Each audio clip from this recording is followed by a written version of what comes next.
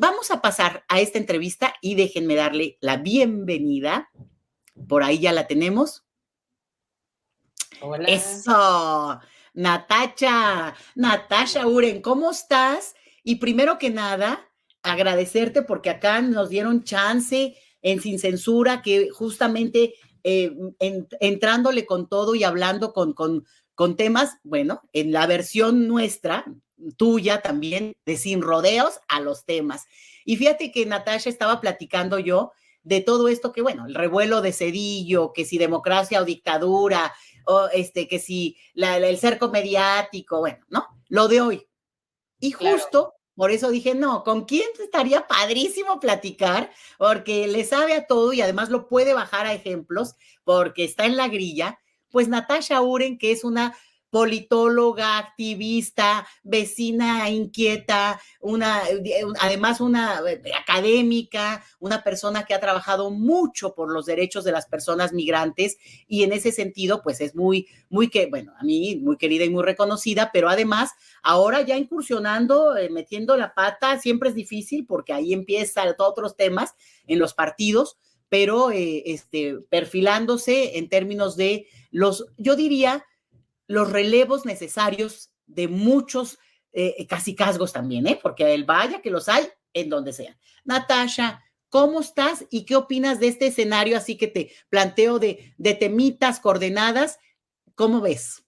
No, pues sí me agarras así. Hay mucho que platicar, la verdad. Primero que nada, pues un saludo a mi amigo Vicente Serrano. Qué gusto que te hayan abierto este espacio. No podían dárselo a mejor mujer que a ti, mujerón. Y pues sí, gracias por la invitación de poder andar aquí echando una buena platicada de cómo vemos las cosas. También desde una perspectiva, pues de una generación que a mí me tocó el filón de la salida de estos momentos neoliberales. A mí me tocó la entrada de la transición. Mi primera votación que se da en el 2000, pues es justamente cuando íbamos a hablar de la democracia, por fin ese instituto obsoleto iba a dar resultados y íbamos a tener nuevos gobernantes. Obviamente, pues yo sí vengo de una tradición de izquierda, no solamente personal, pero pues familiar, entonces era un momento de mucha esperanza, ¿no? Incluso yo creo que los que estábamos en la izquierda tampoco nos decepcionaba tanto, digo, sí, veíamos terrible al personaje Vicente Fox, pero decíamos, bueno, pero ya va a haber la transición, ya va a haber la posibilidad de un cambio de gobierno, ya nuestras elecciones van a ser legítimas. O sea, hoy los jóvenes, yo no sé si estás de acuerdo conmigo, Leti, pero los jóvenes van a votar y hay una parte de ellos que dice, lo que hago en la urna cuenta, vale, sí, sí funciona. Nosotros veníamos de saber que nunca había funcionado, de que nunca se veía, de que pues todo, quién sabe cómo le hacían, pero siempre se reacomodaba en el PRI. O sea, ellos tenían su forma propia de cochupos y se reacomodaban en el PRI. Y aparte, la verdad es que ahorita que entraste en el tema de Cedillo, que me parece que es un pilar de una historia que ha pasado pues un poco como escondida, ¿no? O sea, calladita, calladita, calladita, ¿no? Cedillo no marca un hito en la historia, lo marca antes Carlos Salinas de Gortari, pero él es pieza clave de esa historia. Digo, yo me acuerdo de chica, hace poco alguien puso en Twitter, ¿quién se acuerda de cómo se vivía en su casa el 1 de enero de 1996? Yo me acuerdo de mi mamá en un estrés absoluto, porque pues tenía 3 hijos, ¿no? O sea, uno en universidad, otra entrando a la prepa y otro en primaria. O sea, hay nada más de todos los sabores y colores. Y me acuerdo que, pues de repente un día el banco ya se había llevado su coche, ¿no? O sea, esta ilusión aparte de, pues ya voy a traer, o sea, mi cochecito y pues valía mucho, porque aparte todo el periodo del salinismo, que es lo que no te cuentan, es que te vendían que lo que era del momento y que la única forma de adquirir era por créditos. Entonces, pues todo el mundo salió a sacar créditos, pues eso es lo que nos prometieron que era lo mejor de lo mejor que podíamos hacer. Este modelo neoliberal total, muy basado en la cultura americana, de no importa, si tú ya pagaste tu casa, hipotécatela, te doy más dinero y entonces puedes hacer muchas más cosas, ¿no? Entonces, pues me acuerdo que lo primero fue mi mamá había sacado crédito para comprar un Sur negro, porque aparte en ese aprendí a manejar. Y pues nos tocó un día que el banco tuvo que ir a ver si podía renegociar la deuda y pues no hubo renegociación y se llevaron el coche. Y luego, ¿no? Después de eso, digo, ya había perdido pues lo que había dado, ya le faltaban aparte creo que 2 mensualidades, una cosa ridícula. Y luego mi mamá incursionó en el desarrollo inmobiliario. Se le hizo una muy buena idea. Nosotros teníamos el privilegio de vivir en las afueras de la ciudad. Hoy ya no son afueras, hoy son parte de la ciudad, pero pues imagínate, estamos hablando de 1995, 96. Eran las afueritas, ¿no? Y teníamos un terreno muy grande de 1,000 metros en un pueblo que se llamaba San Mateo. Y mi mamá se le hizo una gran idea para poder salir adelante y poder tener, pues, incursionar y sacar una hipoteca para construir casitas en el terreno. Y se había asociado con un arquitecto y demás, y pues que viene el Fobaproa. Imagínate, o sea, todo el patrimonio que había hecho, que era haber comprado esa casita con ese terreno, que no era la más bonita, pero era nuestra casa, y donde ella pues estaba plantando sueños y forma de sacar adelante a los 3 chamacos, pues de repente cae el Fobaproa y que tu deuda de 10 pesos pues pasa a 100 y que el banco dice que si no le pagas pues se queda con la casa. ¿Y a dónde te llevas a los 3 chamacos? ¿Y cómo le arrancas? Alguien decía, ¿cuáles son tus memorias de esa época? Pues mi memoria de esa época la verdad es que, a ver, yo ahí sí culpo a Cedillo y culpo a Salinas de Gortari y culpo a todos los artífices que estuvieron ahí. La verdad es que, pues a mí me robaron parte de mi adolescencia.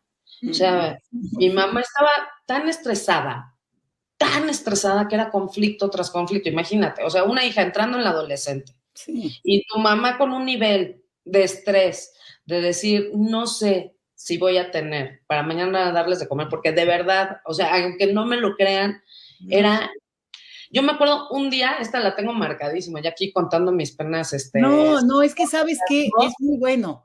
Le pones, y todo, vas a ver, mucha gente se va a empezar a acordar. Cuéntanos. Llego de la escuela con mi hermano el chico, el grande, pues estaba en la universidad y mi mamá estaba batallando y renegociando deudas y demás. Y llegamos y había habido, días antes había hecho unos sándwiches, había comprado pan, sin decir la marca, pero que es para hamburguesas, y no quedaba ya nada en el refrigerador. O sea, quedaba una rebanada de queso, quedaba una rebanada de jamón, quedaba una rebanada de jitomate y unos pocos jitomate, o sea, un poco de jitomate para una ensaladita, y nos hizo un sándwich con eso. O sea, eso era lo que era la comida. O sea, era lo que llegábamos a las 3 de la tarde de la escuela a comer. Y me acuerdo que mi hermano chico voltea y dice, pues como niño consentido, porque la verdad sí, éramos niños también, pues hemos tenido el privilegio de pertenecer a cierto perfil social y cómodo, voltea y dice, yo no quiero comer esto. Y entonces, bueno, me acuerdo mi mamá saltó como una fiera, se le fue a la yugular, le dijo, bueno, de todo, así de, es que son unos burgueses, son unos niños consentidos, es que no puede ser, es que... Pero también después me acuerdo que lo que vi es que solo había 2 sándwiches. Uno era para mí y otro era para mi hermano. O sea, mi mamá, y te estoy hablando de una clase social media acomodada, porque pues la verdad sí éramos una clase social media acomodada y aparte teníamos nosotros el privilegio de familiares en el extranjero, mis abuelos son ingleses y nos apoyaban mucho. Te estoy hablando de alguien en la ciudad que las oportunidades son mucho más grandes. Si yo viví esto, no me quiero imaginar lo que se vivió en los estados, lo que se vivió en los pueblos, ¿no? En Guerrero. Y claro que lo entiendo. O sea, por lo mismo que dices, ¿no? Hoy que trabajo en migración, ahí es donde vimos el pico migratorio más alto. Más alto y más... Entonces, cuando uno dice, bueno, ¿qué pasó en esos años? ¿Y por qué aparte logra pasar medio invicto Ernesto Zedillo? Porque esa es la realidad, pasa invicto, ¿no? Y lo que hicieron fue que los bancos, o sea, los bancos le quitan a la gente, ¿no? O sea, la deuda es tan grande de la banca mexicana que no alcanzan ni siquiera con los recursos de los propios mexicanos, pero se les hace muy fácil recuperarlo de los ciudadanos, porque era el modelo que mejor estaba funcionando a nivel mundial. Sí, y mira, tú dices una cuestión que es clave. Dice, pasa invicto, es interesante Cedillo, porque incluso pasó como medio héroe de la transición, porque reconoció el que ganó el PAN, le cede, no se opuso, digamos, no usó la maquinaria, su propio candidato, la Bastida, digamos, tuvo que reconocer de inmediato que no le favorecían las urnas, así lo dijo, y entonces quedó como que si Cedillo había sido como un demócrata que permitió la transición. Y en ese sentido, pues sí, y después se fue del país, se empleó, como yo lo mencionaba, en estas puertas giratorias, de inmediato en estas empresas a las que había favorecido, es consultor, asesor, seguramente también es inversionista, o sea, todo esto, y hoy regresa al país a darnos, a sermonear, ¿no? Pero también todo el coro de quienes lo traen tienen el mismo discurso. Y lo que me parece interesante es que ese coro, yo veía algunas de las imágenes de la presentación que hizo Cedillo, parecía Foro TV de Televisa.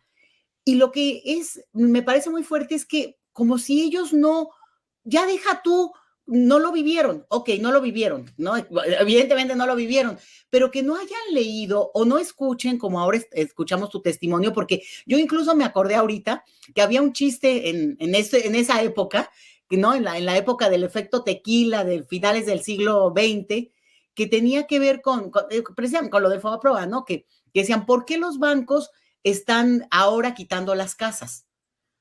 Porque no tienen a dónde poner los carros que habían quitado, porque muchísima población, como lo que estás contando tú, pues perdió sus propiedades, pero entonces llegó un momento en que la propia banca empezó a negociar y justamente empieza toda esta discusión en la cual, ¿no? Que se cambia además la forma de las UDIs famosas, ¿no? De cómo la cobranza que había por los créditos que las personas tenían. Entonces, ahí es como un escenario en el que no importa si lo viviste o no directamente, bueno, pues para eso están los libros, pero sí cómo generó todo un ambiente en el cual luego hubo una especie como de amnesia que permitió, digamos, el cambio, la transición, como tú misma dices, incluso siendo alguien muy de izquierda, dices, bueno, pero a lo mejor esto refresca, a lo mejor esto da un aire nuevo, ya que la mayoría votó en ese momento por Fox y la desilusión fue enorme, pero bueno, esa es otra cosa que en algún momento entraremos. Pero fíjate que el que hoy vengan y se postulen y además con esa arrogancia, con ese aire de superioridad de que yo que vivo en no sé dónde, ¿no? En Estados Unidos, pero creo que en Yale, algo así, Boston, allá ¿no? trabaja. ¿No? Entonces, esta cosa de, bueno, es que ustedes no entienden la macroeconomía y no entienden que la importancia del modelo y que o sea, de verdad, hay un punto en el que yo les decía hace rato, es que le hacen la campaña a Claudia Sheinbaum, le hacen la campaña al modelo que lo que tenía, necesitaba sacar, digo, es que Cedillo no ha vuelto a hacer una sola declaración, ¿cómo le hacemos? Pues hagan de cuenta, ya la hizo.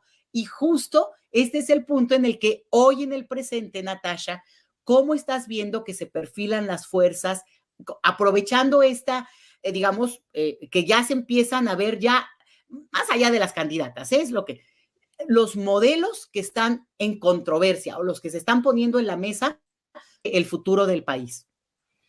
A ver, yo lo que sí estoy convencida, a pesar de ser activista, simpatizante, militante de Morena, los partidos políticos estamos en una crisis terrible. Este modelo no está funcionando, no está representando a las mayorías, no está dando cauce, o sea, a lo que, no, a la voz ciudadana que se necesita dar cauce. Y lo triste, digo, yo no soy experta en crear modelos de participación ciudadana, ¿no? Yo, o sea, mi mayor modelo y lo que siempre he hecho es, pues, agarrar y escuchar, ¿no? Abrir el oído y ser empático y partiendo de la empatía ver cómo vamos. Y creo que ese es el modelo del presidente, ¿no? El modelo actual del presidente es soy empático, recibo, canalizo y pongo a mi gabinete a trabajar. Pero la realidad es que lo que viene detrás y quienes nos toca suceder todo este movimiento, pues sí estamos en una entronconada. O sea, yo no sé si, pues sí, seguramente sí lo viste, ¿no? La declaración de Mario Delgado hace un par de días, Sí, no, ¿no? Donde voltea y dice, es que nuestros perfiles no pueden ganar así. Y yo me enteré que como miembro y como representante que soy, porque ahora ya soy un referente, ¿no?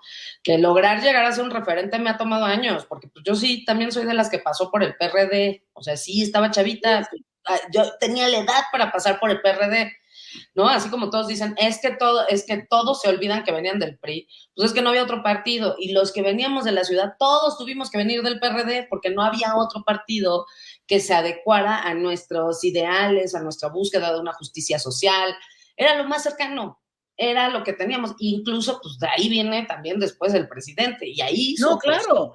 Sí, ¿no? echaron a López Obrador.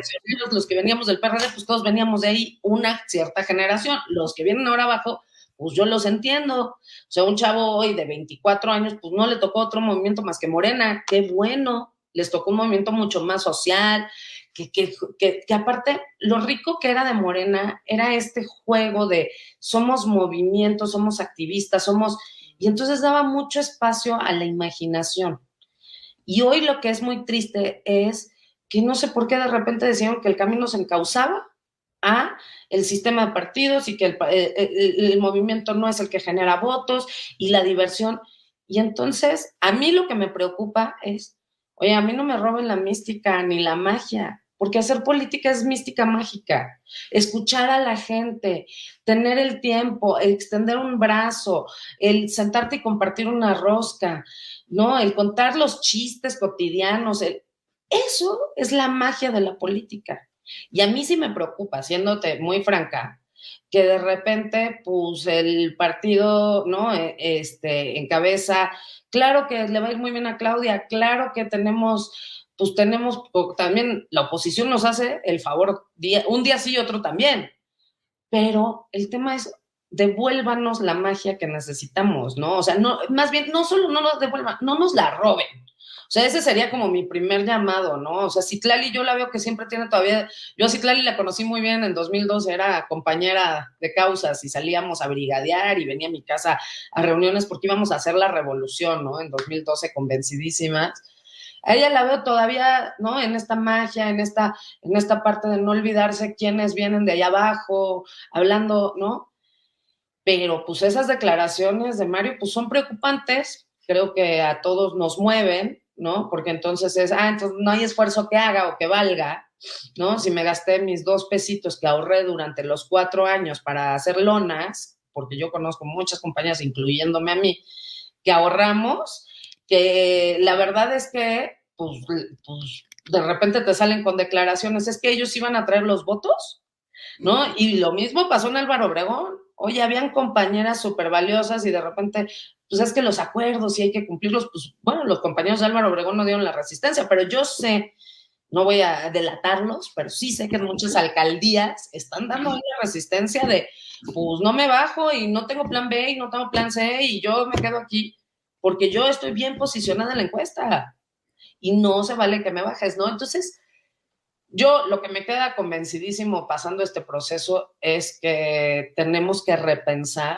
tenemos que sentarnos los que nos sentimos pues como atropellados, como, ¿no? Ahí tienes a John Ackerman, tienes grupos. Yo no, a ver, y ahí voy a decir cosas, yo y John podemos tener muchas diferencias de política, pero creo que sí tenemos una cosa que nos encuentra, y nos importa que la política sea mística mágica, que la gente sea reconocida y nos importa un proyecto social de izquierda o socialdemócrata, como lo quieras ver, donde a todo mundo le toque y donde no estén estas desigualdades. O sea, nosotros no podemos seguir viviendo en este país donde los más ricos tienen lo que tienen y los más pobres siguen quedándose rezagados. Y no, creo que... Y todavía peor, Natasha, porque lo platicamos después, porque yo creo que es de estos temas que hay que meterle, digamos, a los datos también, es la acumulación de la riqueza aún más extraordinaria de lo que había antes de la pandemia, ¿no? Y que tiene que ver con el tipo de negocio, sobre todo del perfil de los ultrarricos en México. Entonces, o sea, tienes razón, ese por un lado, que no quiero dejar ese tema porque lo quiero que lo retomemos incluso nosotras juntas después, Feliz. pero nada más como para ir cerrando, porque creo que no se quede tan al aire, y es que la controversia que tú estás planteando tiene que ver entre esta visión muy pragmática que en su momento, hace unos días, declaró el presidente de Morena, ¿no? Mario Delgado, de que, bueno, para ganar elecciones, pues se necesitan ciertos perfiles, y algunos no coincidimos en que se tenga que ir hacia ese lado en un sentido tan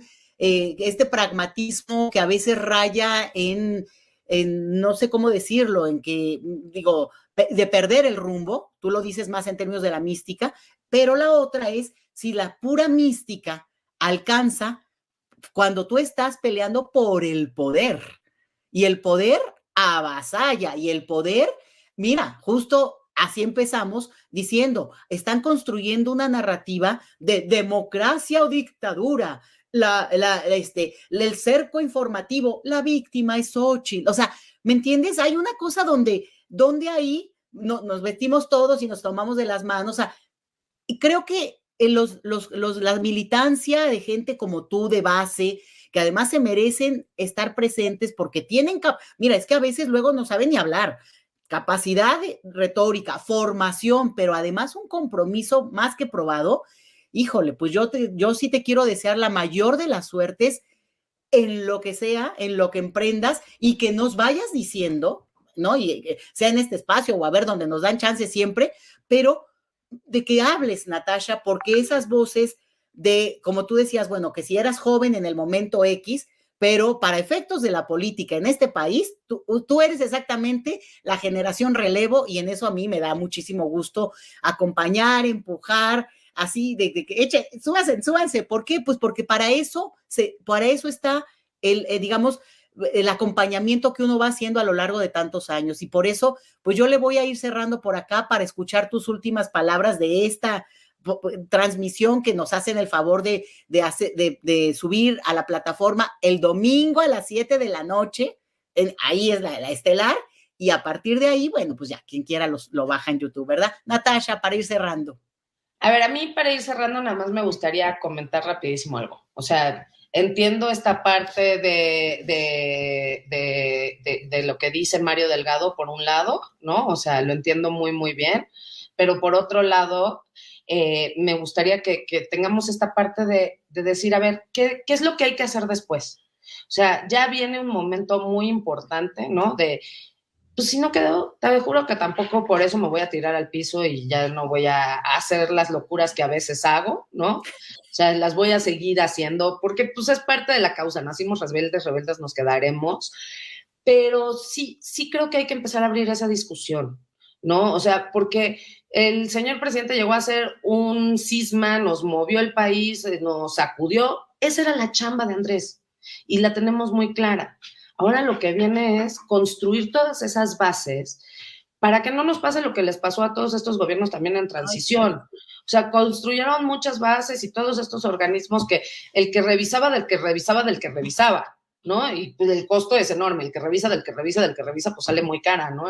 O sea, para cuando llegas al final.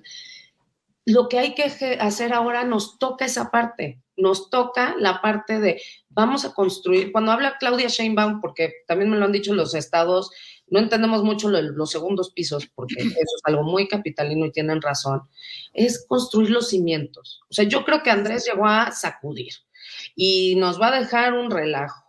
Pero la pregunta, y no, tampoco está mal, porque no está bien construido. Esa es la realidad. Yo siempre les digo, esto es como Pedro y el lobo.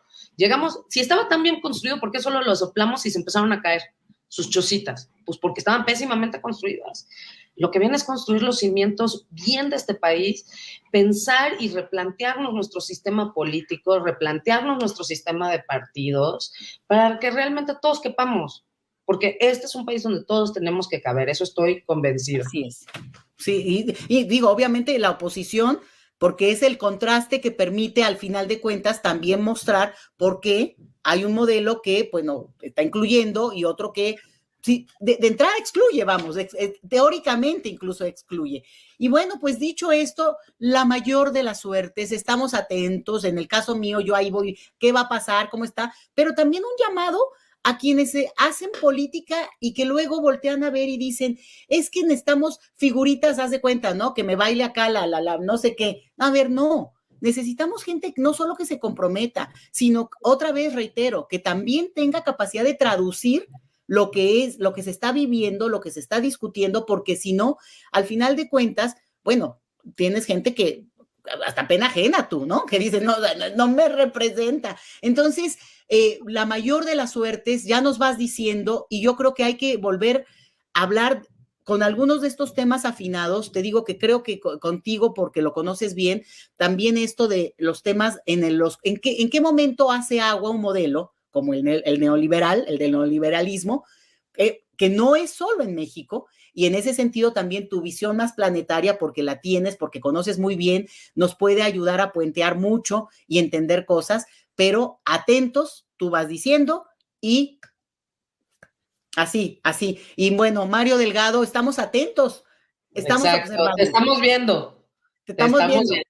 te estamos viendo, y aquí muchos te están viendo también. Así que abrazote grande, querida. Igual, mi querida Leti, gracias por el espacio. Un abrazo a mi queridísimo Vicente por ahí, por abrir estos espacios, felicitarlo. Lo conocí cuando era este pequeño espacio desde Chicago y es un honor ver, pues, a dónde ha llegado, ¿no? Un migrante más que demuestra hasta dónde, o sea, y Sí, lograr hablar no, claridad. buenísimo. Ande pues, entonces nos estamos viendo y voy a ir cerrando acá para despedirnos también de quienes nos hayan acompañado, que nos acompañen si lo quieren ver por partes, si lo quieren ver completo, pero la idea es justa esta de vámonos platicando los temas, conectándolos y sobre todo dándoles también una plataforma en la cual no nos dejemos avasallar porque de repente el discurso desde los medios masivos. Sí, y desde personas que luego uno las siente familiares, ¿a poco no les pasa? Que hay personajes que han estado tanto en los medios de comunicación que ya uno cree que es casi un tío, un sobrino, una cuñada, una vecina, y no. Son personajes que tienen agenda política, que muchas veces son voceros de otros que en realidad son los que están detrás de esto y nos quieren imponer discursos en los cuales cuando hay solo de una u otra, hay que empezar a decir, a ver, ¿cuáles son? ¿Cuál es esa dualidad que no permite los claroscuros? Pero lo que sí queda claro, por lo menos a mí, es que si vamos desentrañando así los puntitos, vamos dándole un poquito más vuelo a algunos temas, bueno, pues nos ponemos más elementos para entender el contexto de un país que merece mucho más de lo que durante décadas se nos ofreció y sobre todo otra vez, hay gente que dice, es que a mí me ha ido muy bien. Pues sí, pero no se trata de que te vaya bien solo a ti, sino por cómo hemos sido tolerantes a salir a las calles de nuestras ciudades, de nuestros pueblos, de nuestras carreteras y ver cosas que dices, ¿por qué tiene que haber gente tan pobre en un país tan infinitamente rico? Y con ultra ricos ahora que son infinitamente más ultra ricos. Se los dejo de tarea. Y sobre todo porque, y que no se me olvide siempre, esta cosa que ustedes están viendo aquí abajito, pero obviamente sin censura en el Facebook, en el Twitter, en todas las nuevas plataformas que ven mucho más los jóvenes que yo, como que todavía no le he entrado, pero pues voy a echarle ojo para que no digan, el Twitch que está padre, ya me lo enseñó un sobrino, y que pueden verlo a través del canal de Sin Censura y esta bonita emisión y todas las de la plataforma de Sin Censura. Y dicho eso, pues nos vemos hasta la siguiente semana.